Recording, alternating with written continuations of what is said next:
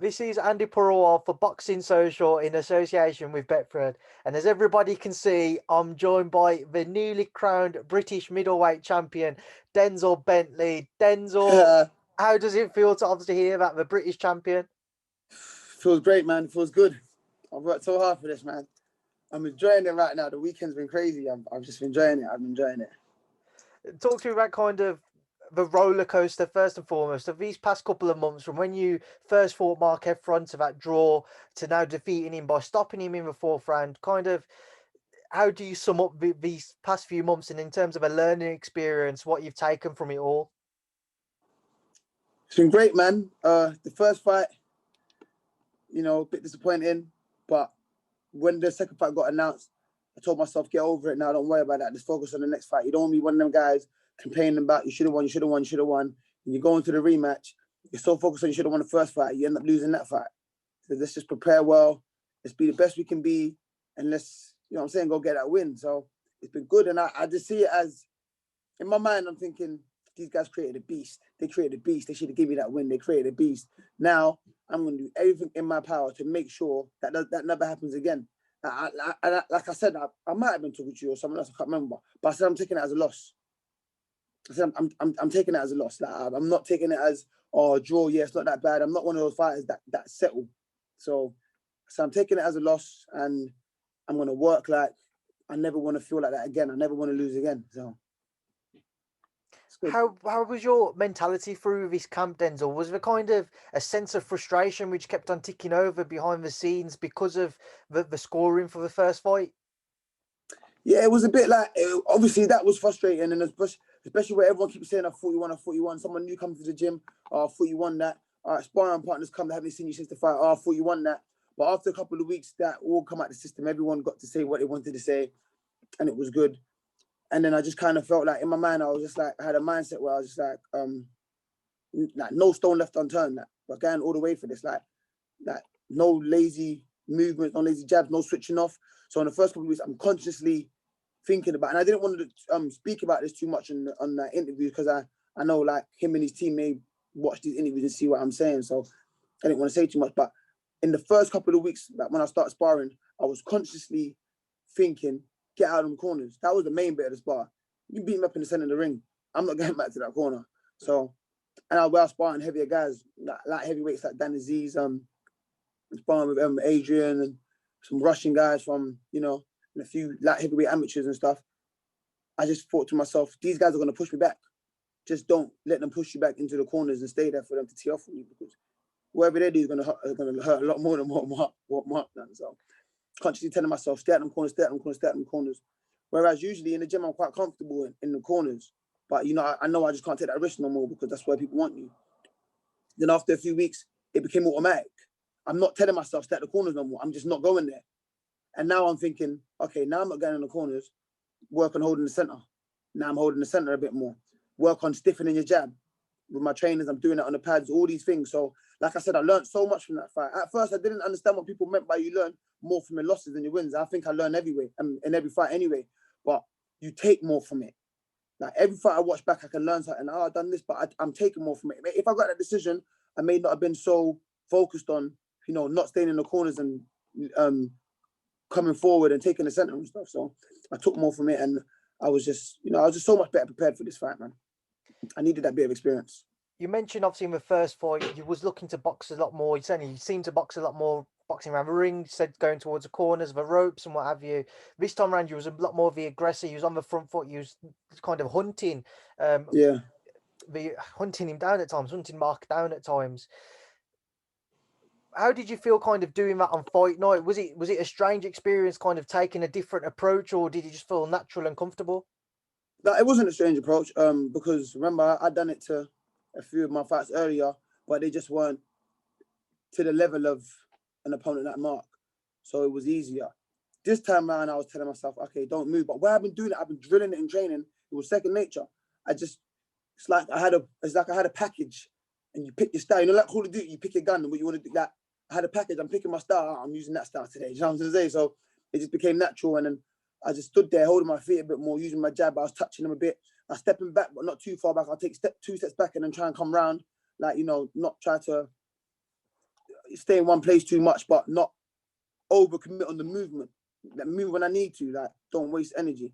Just use my jab. And he didn't know what to do. And when he didn't know what to do and he started bouncing around, I thought, I got him now. Like, I'm going to keep coming forward now because he's on the back foot and I'm in control. So it felt natural. It didn't feel out of place. I've been drilling it with the heavier guys. And after a couple of weeks, the heavy guys couldn't push me back as easy no more. And I thought, if they can't push me back, there's no way he's pushing me back. And he couldn't. When you was in the ring with Mark this time round, was you surprised all with regards to Mark's performance? Did you expect more from him, or was it just simply down to how good you was? No, I didn't expect more from him, but I didn't want to say that. One, I didn't want to be disrespectful, and two, I didn't want to give away thinking that I think he's going to do the same thing, so let's try something different. But without being disrespectful or being rude, this is my analysis of it. This is how I thought of it. I'm going to expect the best Mark possible, and I'll be ready for it. But in reality, someone that's been professional for 10 years, been boxing longer, been boxing since a kid. As a professional, we've had about 4 or 5 trainers. And in no fight have I seen a fight any different under any trainer. So whatever they're teaching him is going through one ear and out the other. You know what I'm trying to say?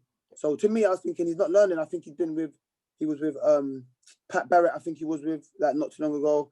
He was with Ricky Hatton, I've heard. Obviously, he started off with Kevin Marie. He's with Dave Jennings now. I'm not sure if he was with Gallagher and that, but I'm not sure. But he's been about. And in no fight have I seen any different from what he already does. He does what he does, and he does it well. But I hadn't seen any change in his game.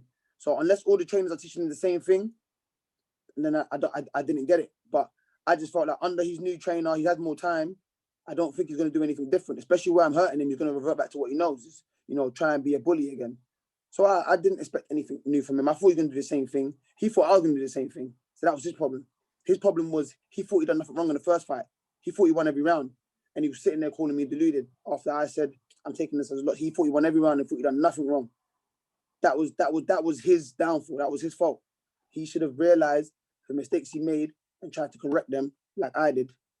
And maybe it would have been different for him. But in this case, I'm happy. I don't care what they done. I'm happy they sold that. That's just my analysis. That was my mindset going into the ring, thinking, I'm hearing what he's saying, and I'm thinking, he actually doesn't think he made any mistakes. So that's perfect. He's not there's nothing to rectify for him. There's nothing to correct because in his eyes, he's perfect. So that's good. That's what I need. So when I went in there and put him back, it was a shocker to him. Denzel, when somebody picks up a new title, and in your case, the British title, which certainly one which many would love to have, people kind of come out and they can say, you know, the hard work starts now. Is that how you're seeing things? Is this where everything starts 100%, for you? 100%. I've been saying all weekend, this is just the start. This is the start. Like, it's now we're in the real fights. I know I turned pro 3 years ago, but this is where it starts. Now we're going to be in the challenging fights, tough fights, moving on to different things and start achieving things. So this is just the beginning of, you know, what could be a great career for me. I know it's early doors yet, as of yet, Denzel, but have you thought about kind of when you want to get back into the ring, and if so, who do you want to share the ring with? I ain't thought about, I'm going to Ghana tomorrow, so I ain't thought about the ring for a minute all weekend. I've just been enjoying this time.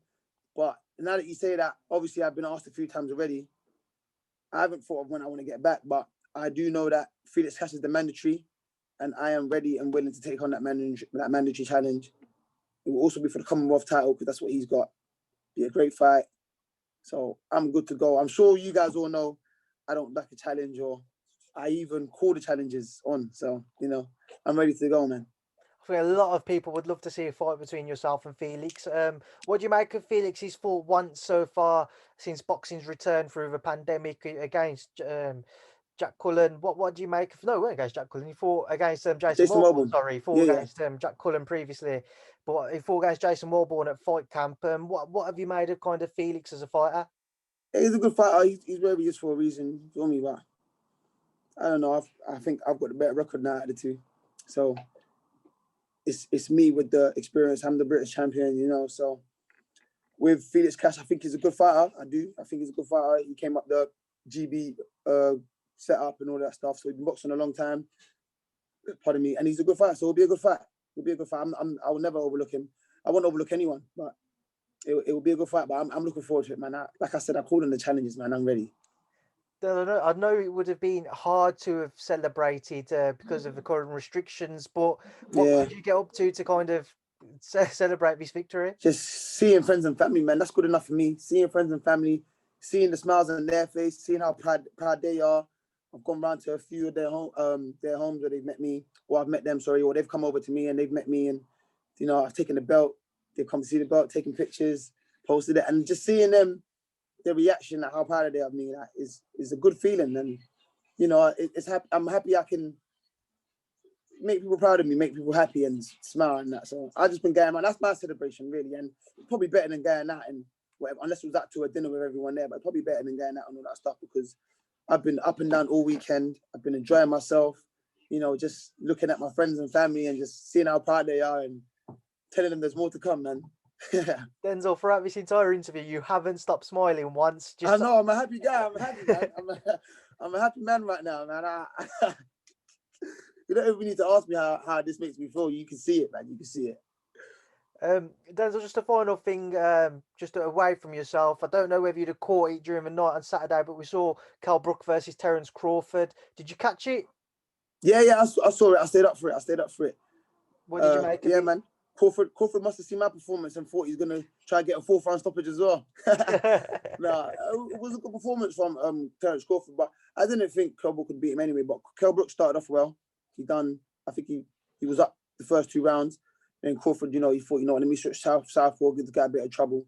And he gave him the trouble that, Kell Brook couldn't handle. Ended up catching him with a stiff jab kind of hook. And it shook Kell Brook to his boots, and that was all she wrote. Right, Denzel, I will leave it there, and I'll leave you to carry on enjoying this victory. But I'll leave a final word to yourself. For everyone who's tuned in, for everybody who couldn't be there, what would you like to say to them after your win against Mark Heffron this past weekend? Thank you for supporting me. Thank you for getting behind me and, egging me on. I hope I made you all proud. People I know, people I don't know, everyone that put money on me, I hope you won a lot of money. When I win, we all win.